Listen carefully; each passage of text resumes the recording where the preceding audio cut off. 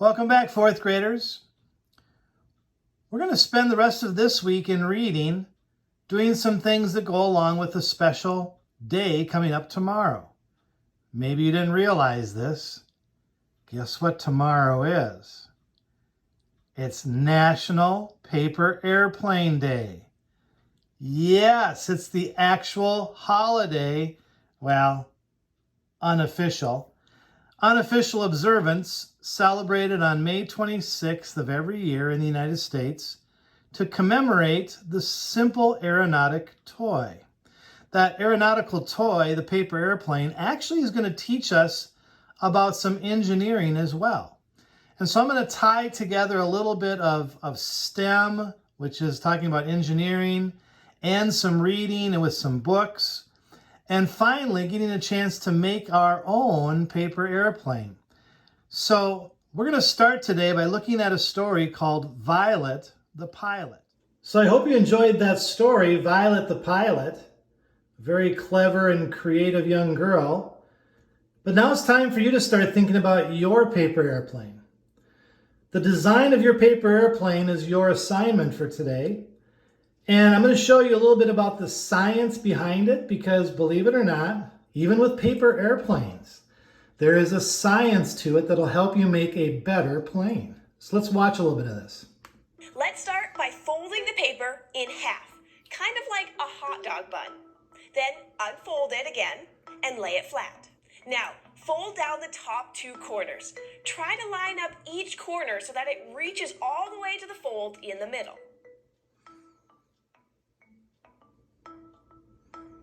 Now stop and take a look. So far, you should have a piece of paper that looks like a square at the bottom with two triangles on top. If that's what yours looks like, then let's keep going. Find the outer corner of each triangle and fold the triangle over so that corner touches the middle fold too.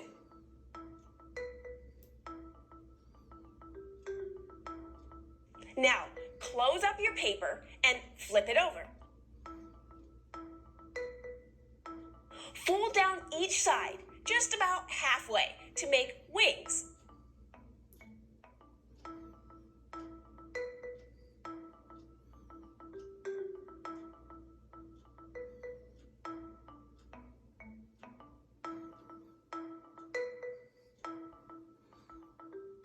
And you've got a paper airplane.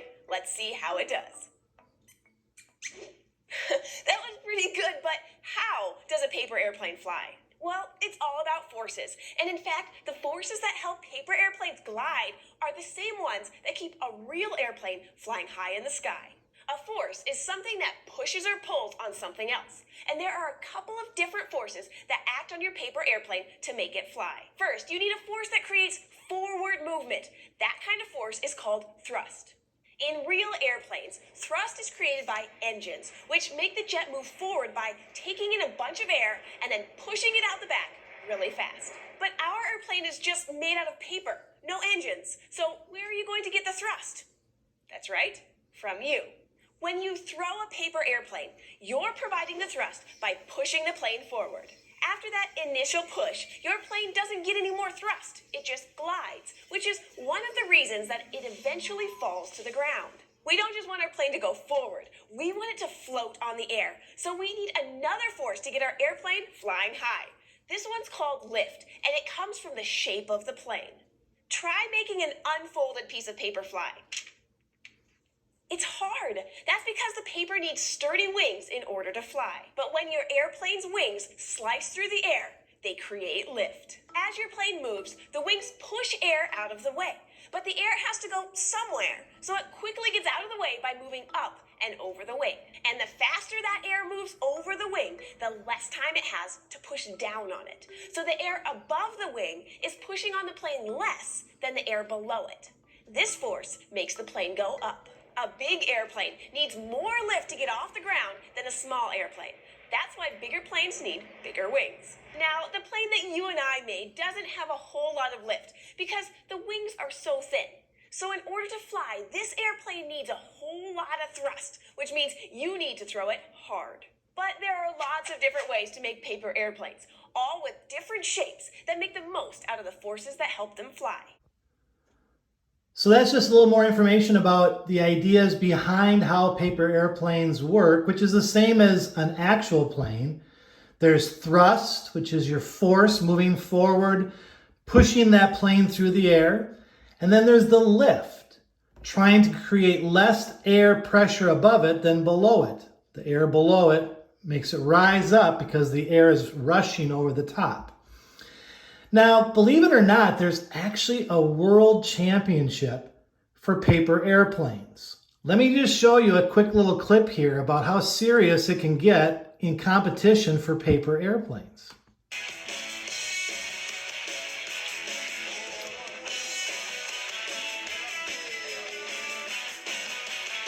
So you see these people from around the world are coming to design their planes, and then they compete against each other for how far it flies, the longest flight, the highest flight. There's different categories.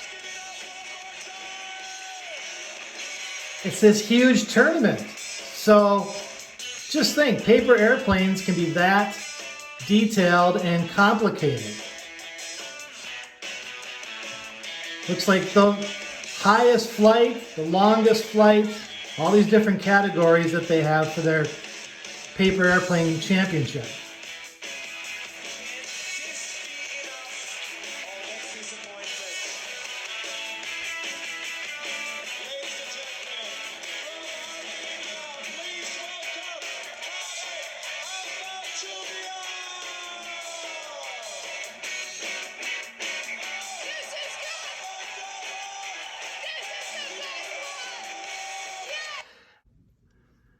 So your assignment today is just to design a paper airplane for our National Paper Airplane Day. Remember, it's not until Wednesday that it's actually the National Paper Airplane Day, May 26th. So today is just a chance to experiment, to try some things. And especially without a science fair this year, this might be kind of like your science fair. I'm going to try to make a design. I have a lot of ideas. I've watched a few things now. I think I'm going to make a paper airplane like this and experiment with it. And then Wednesday, we'll actually do some flying of our paper airplanes to see how they go, because that's the actual day, May 26th. Along the way, we'll read some more stories. We'll watch a few more things that go along with it. I hope you enjoyed Violet the Pilot, just a great fun story about a kid who is into engineering and using what was given around her. Remember, she was on a junkyard, and so she had all kinds of materials that she could pull from to create. Her imagination could go wild. All right, we'll have fun. We will see you again tomorrow.